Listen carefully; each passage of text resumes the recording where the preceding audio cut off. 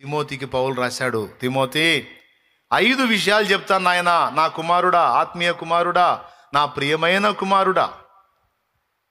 5 సంగతులు చెప్తానన్నా. Number 1 మాటలోను, number 2 ప్రవర్తనలోను, number 3 ప్రేమ ప్రేమ ప్రేమ ప్రేమ. ఏమండి, సాటి మనిషి ఇబ్బంది పడుతున్నప్పుడు ప్రేమ చూపించకుండా చిలక పలుకులాగా తీయని మాటలు చెబితే సరిపోయిద్దా? తీయని మాటలు మనిషిని ఆలోచింపజేస్తాయా?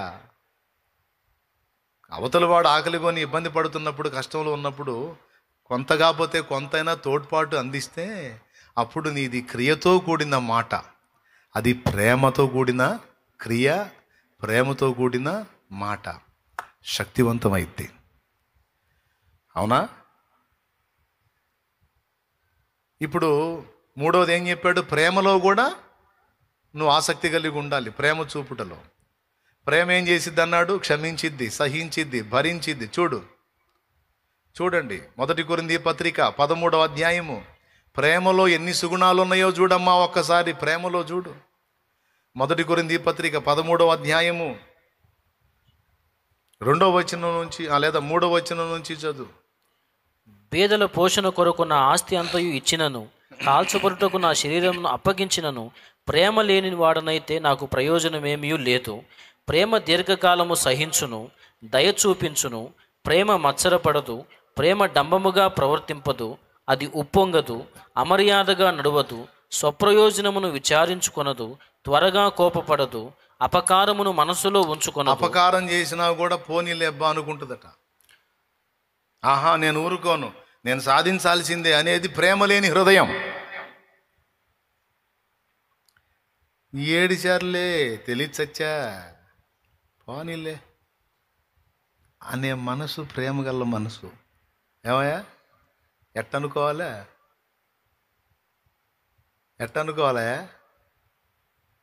నేను వదలను అంటాం కాదు. 7 సార్లే తెలిస్తే అట్ట ఇబ్బంది పెడతారా నన్ను, తెలియకనేగా తేడా పడ్డది, పోనీలేబ్బా, సరేలేపో, వదిలేసాలేపో. అపకారాన్ని మనసులో ఉంచుకో, పోనీలే అని వదిలేస్తుందంట. వరుసగా మొట్టమొదటి నుంచి చదువు. ప్రేమ దీర్ఘకాలము సహించును. కొంతమంది భార్యల దగ్గర చూస్తాను నేను ఆ ప్రేమ. ఎంత ఊర్పో మహాతల్లులకి, ఎంత టార్చర్ చేసినా సరే దీర్ఘకాలం తట్టుకుంటారండి. ఓర్చుకుంటానే ఉంటారు. దీర్ఘకాలము సహించును. కొంతమంది భర్తల దగ్గర చూశాను, గయ్యాళ్ళి రాక్షసి భార్యలు ఉంటారు. కొంతమంది రాక్షస అన్న నయం, గయ్యాళ్ళి రాక్షస భార్యలు ఉంటారు, దురాత్మల్లాగా. ఏం చేస్తాడు భర్త? దీర్ఘకాలం ఓర్చుకుంటాడు. సరేలే, కానీ ప్రేమ దీర్ఘకాలము సహించును, దయ చూపించును. అది ప్రేమలో మరొక సుగుణం, దయ. ఎవరన్నా ఇబ్బంది పడుతుంటే చూడలేరు, ఎవరన్నా బాధపడుతుంటే చూడలేరు. దయగలిగిన హృదయం. ప్రేమలో దయ అనే సుగుణం ఉంటుంది. 3 ప్రేమ కుళ్ళుకోదంట. పక్కనాళ్ళు ఎదుగుతున్నా, పక్కనాళ్ళు ఆశీర్వదించబడుతున్నా, పక్కనాళ్ళు సంతోషంగా ఉన్నా, ఏమండి, కుటుంబాల్లో కూడా ఈ కుళ్ళుబోతు బుద్ధి పనిచేసిద్దండి. కొంతమంది భార్యలు, భర్త తన కుటుంబ సభ్యులతో సందడిగా ఉంటే నాకు లేని సంతోషం నీకు ఉండకూడదని చెప్పి అక్కడ చీదర చేసి పెడతారండి కొంతమంది భార్యలు. అలాగే కొంతమంది భర్తలు భార్యను పుట్టింటికి తీసుకెళ్తాడా, వాళ్ళంతా సందడిగా ఉంటారు, వీడి కుళ్ళు పుట్టిద్ది. ఏయ్ పదా బయలుదేరు అంటాడు. మత్సరం. వాళ్ళ ఫ్యామిలీతో కలిసి సంతోషంగా ఉందని కుళ్ళు తట్టుకోలేక, ఏయ్ బయలుదేరు, వాళ్ళు బయలుదేరు. ఇదేంది 2 రోజులు ఉందా అన్నావుగా, అంటే నీతో చెప్పిన మాట ప్రకారం నేను ఇప్పుడు లోబడాలా? ఏంది ఆర్గ్యులు చేస్తున్నా? ఏంది రావా? రానని కాదు, ఉందామన్నావు కదా, నాకు వెళ్ళాలనిపిస్తుంది, వస్తావు రావా? అప్పటిదాకా పాప సంతోషంగా ఆనందంగా ఉన్న ఆ కుటుంబంలో సడన్గా ఈడు మార్చిన మొహం పెట్టుకొని ఈ మామిడి చెక్క మొహం పెట్టుకొని ఏమండి చల్ బయలుదేరు అనేసరికి వాళ్ళందరి మొఖాలు ఎట్ట మాడిపోతాయండి. కుళ్ళిపోతూ అంటే వాళ్ళ కుటుంబంతో కలిసి సంతోషంగా ఉందని నువ్వు ఓర్చుకోలేక. కొంతమంది లేడీస్కి ఉంటుంది, కొంతమంది పురుషులకు ఉంటుంది. కొంపదీసి మీకుందా ఇట్లాంటి దరిద్ర బుద్ధి? ఉంటే వదిలించుకోండి. ప్రేమలో అలాంటి తత్వం ఉండదు. ప్రేమ సంతోషించే వాళ్ళతో ఇంకా సంతోషిస్తుంది, సంతోషించే వాళ్ళని చూసి తను కూడా ఏకీభవిస్తుంది, ఆశీర్వదించబడుతున్న వాళ్ళని చూసి సంతోషిస్తుంది. ఈరోజు వారు దీవించబడ్డారు, వరుస క్రమంలో రేపు నన్ను కూడా నా తండ్రి దీవిస్తాడు, నేను వారి సంతోషంలో పాలు పంపులు పొందుతాను. ఈ కుళ్ళుబోతు బుద్ధి పాస్టర్లను కూడా వదిలిపెట్టదు. ఎవరు రక్షిస్తేనే 4 ఆత్మలు రక్షించినప్పుడు సంతోషించు. ఆయన నేను రక్షించలేదు, వాడు రక్షించాడు. నీ ఏం కుళ్ళు. ఇక ప్రసంగాలు అన్నమాట. తెలిసి తెలియకుండా బాప్తీసం ఇస్తారు. ప్రియులారా తొందరపడి బాప్తీసం తీసుకోవద్దని ప్రసంగం చేస్తున్నాడు. మొన్న మధ్య ఒక ఆయన సువార్త సభల్లో పెట్టి తొందరపడి బాప్తీసం తీసుకోవద్దని చెబుతున్నాడు. ఇంకెందుకు పెట్టాడో కూడా నాకు అర్థం కాల. మరి రక్షణ పొందండి రా, నరకం తప్పించుకోండి రా అని బాప్తీసంలోకి నడిపించడానికి పెట్టాడా, లేకపోతే బాప్తీసం అని సిద్ధపడ్డ వాళ్ళని ఆపడానికి పెట్టాడు? అర్థం కాల. కుళ్ళిపోతు బుద్ధి. ఏమంటే సంపాదించిన ఆత్మలు ఏమన్నా నా ఆస్తులా? స్వరక్తం ఇచ్చి సంపాదించింది యేసయ్య. అందరం తోటలో పనివాళ్ళం. నేను చేయింది అవతలోడు చేస్తున్నాడు, 4 ఆత్మలు సంపాదిస్తున్నాడు, క్రీస్తు కోసం రక్షిస్తున్నాడు అన్నప్పుడు సంతోషపడాలా? కుళ్ళుకొని ఆడి సాక్ష్యాన్ని బదనాం అయ్యేటట్టు నలుగురిలో అబద్ధాలన్నీ కల్పించి చెప్పాలా? అబద్ధాలన్నీ కల్పించి మతోన్మాదులతో చేతులు కలిపి మళ్ళీ ఓయమ్మ ఎంత తిప్పలు పడ్డారు. అందరు కాదులే, కొంతమంది ఉన్నారు పేరుకి సేవకులను పిలిపించుకుంటారు, కానీ మంచి దుష్మన్లు. కుళ్ళిపోతూ బుద్ధి, మత్సరం.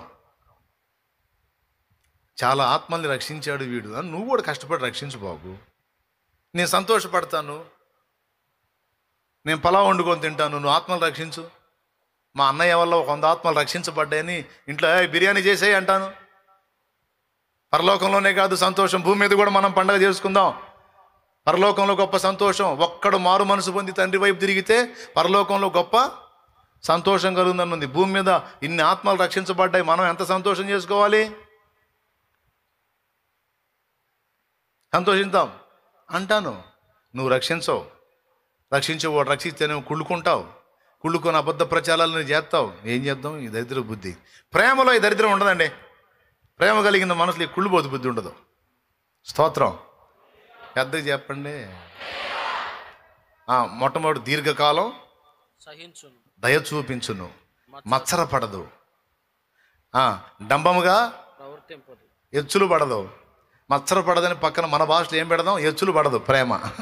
ప్రేమ ఎంత కార్యం సాధించినా దేవునికి స్తోత్రం, అంతా ఆయనకే మహిమ అనుకొని సాగిపోతుంది ప్రేమ. రైట్. 4 ఉప్పొంగదు. అవతల వాళ్ళని తృణీకరించి అమర్యాద చేసేటువంటి విధంగా ఉండదు. మర్యాదగా ప్రవర్తిస్తుంది, ఎవరినైనా మర్యాద ఇస్తుంది. ప్రేమ తత్వం అది. స్వప్రయోజనమును విచారించు, సొంత లాభాలు ఆలోచించదు, నలుగురి ప్రయోజనాన్ని ఆలోచించేదే ప్రేమ. నేను తిన్నాను, నేను బాగున్నాను కాదు, ఆకలిగా ఉన్నోడు కూడా పట్టెడు అన్నం తినాలనుకునేదే ప్రేమ. దేవునికి స్తోత్రం. ఏమండి? అదైతే ఆల్రెడీ ఆ ప్రేమతో కూడిన క్రియ ఉండాలని ఎప్పుడు సన్నిధిలో ఆహారము మీరు తెచ్చేది మీ కొరకే సిద్ధపరిచి పెట్టాను. ఇప్పటికి ఎవరికి లేదయ్యా, నిజంగా నా ఇంట్లో అన్నానికి జరగట్లేదని వచ్చిన వాళ్ళందరికీ, యథార్థంగా వచ్చిన వాళ్ళందరికీ తప్పకుండా ఇచ్చి పంపిస్తాను. ఇక్కడే కాదు, తండ్రి సన్నిధి ఎన్ని సంఘాలు అయితే ఉన్నాయి అన్ని సంఘాల్లో కూడా బీదలైన వారికి పట్టడన్నో సన్నిధిలో నుంచి పెట్టండి, వారికి ఆహారానికి ఇవ్వండి అనే పద్ధతి ఏర్పాటు చేశాను. పక్కా. త్వరగా కోపపడదు. అసలు కోపపడదనేం లేదు, కానీ ప్రేమ కోపపడిద్ది, కానీ తొందరగా కోపపడదు. నిదానంగా కోపపడిద్ది. మళ్ళీ ప్రేమ అసలు కోపపడకూడదంటే తేడా. కోపపడిద్దిలేగా నిదానంగా, తొందరగా కోపపడదు, చీటికి మాటికి కోపపడదు. అపకారమును మనస్సులో ఉంచుకొనదు. అది ఏడిచాడులే తెలియచచ్చి అంటావా? పోనీలేబ్బా. ఎరా నీ భార్య ఇలా చేసింది, నీకు బుద్ధి లేదా? ఎలా మేము చేర్చుకుంటావు? తెలిసిందైతే అట్లా చేసిద్దా అన్న? తెలిసిందైతే అట్లా చేసిద్దా అమ్మ, అట్లా చేసిద్దా నాన్న, దాని బంద తెలిసింది కాదు. చిన్నపిల్ల ఎంతో అది ఎంత పోనీ అబ్బా, ఒక అవకాశం ఇవ్వాలి కదా దిద్దుకోవడానికి. పోనీ ఆ చేసిన ద్రోహం ఏదో నాకే చేసిందిగా, పర్వాలేదే, నేనైతే క్షమిస్తా, పోనీ. నీ భర్త ఇలా చేశాడు, ఎట్లా ఒప్పుకుంటావు అమ్మాయి నువ్వు? తెలిసినోడైతే అట్లా చేస్తాడా? తెలియకనే కదా. నా ప్రభు ఎన్నో తప్పులు నాకు క్షమించినప్పుడు నేను ఆయన ఒక తప్పు క్షమించకపోతే అర్థమే ఉంది? పోనీలేమ్మా. అట్లాగా పోనీలే అనుకునే మనసు, అపకారాన్ని మనసులో పెట్టుకోరు, పోనీ అని క్షమించేస్తారు. రైట్. దుర్నీతి విషయమై సంతోషపడక సత్యమునందు సంతోషించును. ఇలా ప్రేమలోని సుగుణాలు ఇవన్నీ మనలో ఉన్నాయో లేవో చూసుకోవాలండి అప్పుడప్పుడు. 1 కొరింథీ పత్రిక 13 చదువుకుంటుండాలి అప్పుడప్పుడు. ఇవన్నీ ఉన్నాయా మనలో, ఆవిరైనయా అని. అవన్నీ ఉన్నాయనుకో, నువ్వు ప్రేమ కలిగి ఉన్నట్టు లెక్క. దుర్నీతి యందు సంతోషపడక సత్యమునందు సంతోషించును. ఏ బోధ పడితే ఆ బోధ వినదు ప్రేమ. సత్యం వినబడ్డప్పుడే ఆ మనసు సంతోషించింది. కానీ సత్యమునకు భిన్నమైన బోధలో ఏకీభవించాలన్నా, లోబడాలన్నా ప్రేమగల మనిషి వల్ల కాదు. సత్యమునందే సంతోషించింది. సత్యం నాకు తెలియాలని, సత్యంలో నేను నడవాలని నా ఆశయ్యా.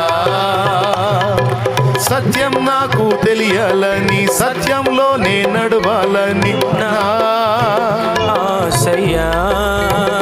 సర్వ సత్యంలోని నడుపుటకు పంపబడిన వాడా, ఇప్పుడే నీకి రమ్మయ్యా.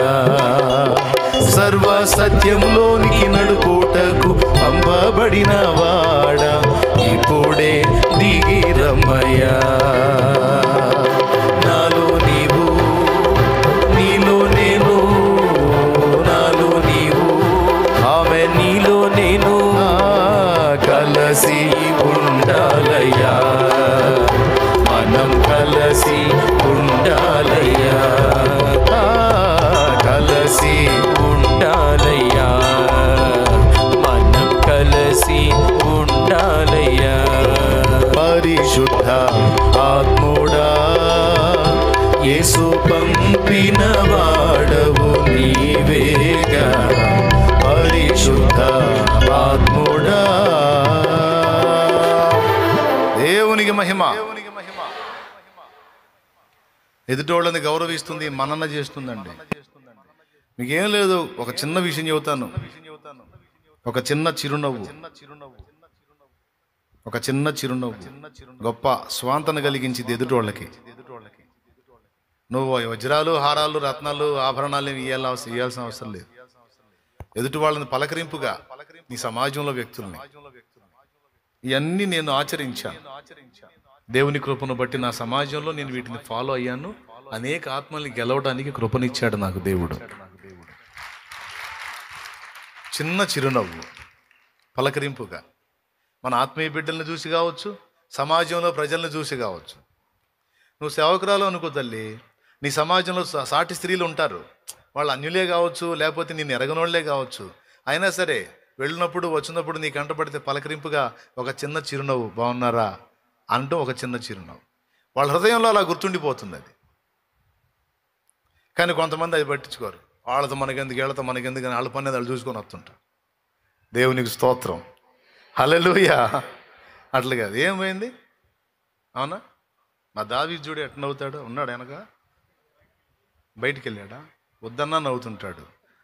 అవసరమైన దగ్గర నవ్వడు మళ్ళీ.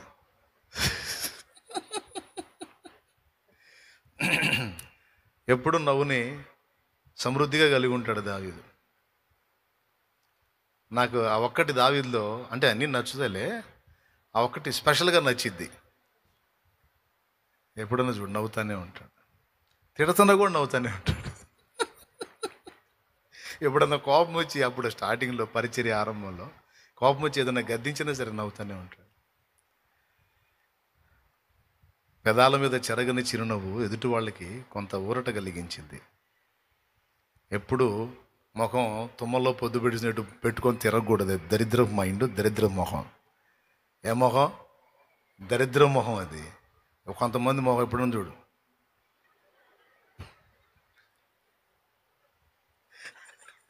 ఒక చిరునవ్వు ఉండదు, పాడు ఉండదు, ఎప్పుడు ముఖాలు కదిలిస్తే కొట్టేటట్టు పెట్టుకొని పోతూ ఉంటారు. ఎందుకంటే అట్లా ఒక చిరునవ్వు నవ్వుతా తిరుగు. రత్నాలు పోయినాయా, ముత్యాలు పోయినాయా? నవ్వు పళ్ళు ఇచ్చింది ఎందుకు? పెదాలు ఇచ్చింది ఎందుకు? నవ్వమనేగా. అట్లా కాదే. కొంతమందిని చూస్తాను నేను, ఎప్పుడన్నా తుమ్మల్లో పొద్దు పొడిచినట్టు తుమ్మ తుమ్మ తుమ్మ తుమ్మ అంటుంటే మొఖాలు ఎప్పుడన్నా చూడు. అట్లాంటి మొఖాలు ఏ ఇంట్లో ఉన్న దరిద్రమే, దరిద్రమే, దరిద్రం. ఎందుకు ఉండాలి అట్లా? నేనేమో లేడీస్ని జెంట్స్ని చూసి నవ్వమని చెప్పట్లా. అట్లా నవ్వి కొనుక్కొచ్చుకోవద్దు, అది డేంజర్. మళ్ళీ దేవునికి స్తోత్రం. చాలేమన్నా చెప్పాడు కదా, ఇంకెవరిని చూసినా ఈ అన్నావు అనుకో, పంపలు అంటుకుపోతాయి, మళ్ళీ అది డేంజరు. దేవునికి స్తోత్రం. ఆడపిల్లలను చూసి కొంచెం పలకరింపుగా నవ్వండి తల్లి. జెంట్స్ మీరు లేడీస్ని చూసి నవ్వద్దు. ఈడోడు నన్ను చూసి నవ్వుతున్నాడని మళ్ళీ అదో గొడవ అయింది. దేవునికి మహిమ కలుగును గాక. హల్లెలూయా. ఏమంటారు? రైటా రాంగా? అంతే కదండి. చిరునవ్వండి, సంతోషంగా. ఎప్పుడు పిలుస్తాడో తెలియదు. బజార్లో లైట్ ఉన్నట్టు ఉండాలా. బజార్లో లైట్ వెలుగు, కాంతినిచ్చే వెలుగు ఉన్నట్టు ఉండాలి. మనం వస్తున్నా వెళ్తున్నా, అది లైఫ్. తుమ్మల్లో పొద్దుపడిసాడు మొహం పెట్టుకుని ఏదో కొంపలారిపోయినట్టు పోతే అట్టడి ఏందండి అది? అట్లాగా ప్రేమ కలిగిన మనసు ఇన్ని శుభలక్షణాలు కలిగి ఉంటుంది. కాబట్టి చెబుతున్నాను, ఏమని చెప్పాడు? మాటలోను, ప్రవర్తనలోను, ప్రేమలోను, అలాగే విశ్వాసములోను, పవిత్రతలోను మాదిరిగా ఉండయ్యా. తిమోతి, మాదిరిగా ఉండయ్యా. అవసరమయ్యా. ఇవి ఎంత ముఖ్యమని చెప్పాడు. ప్రవర్తన బాగా ప్రసంగం చెయ్యయ్యా, బాగా మంచి మంచి సిద్ధాంతాలు చెప్పయ్యా, ఈ చెప్పయ్యా, అట్ట చెప్పయ్యా, ఇట్ట చెప్పయ్యా, మాటలతో ఆకర్షించయ్యా అని చెప్పలా. తీయని మాటలు, లాలన మాటలు చెప్పయ్యా అని చెప్పలా. తిమోతి, మాటలోను, ప్రవర్తనలోను, ప్రేమలోను, విశ్వాసములోను, పవిత్రతలోను విశ్వాసులకు మాదిరిగా నిలబడయ్యా, మాదిరిగా ఉండయ్యా, జాగ్రత్త అయ్యా అని చెప్పాడు. ఈరోజు యేసు ప్రభు మనకి నేర్పుతున్నది కూడా అదే.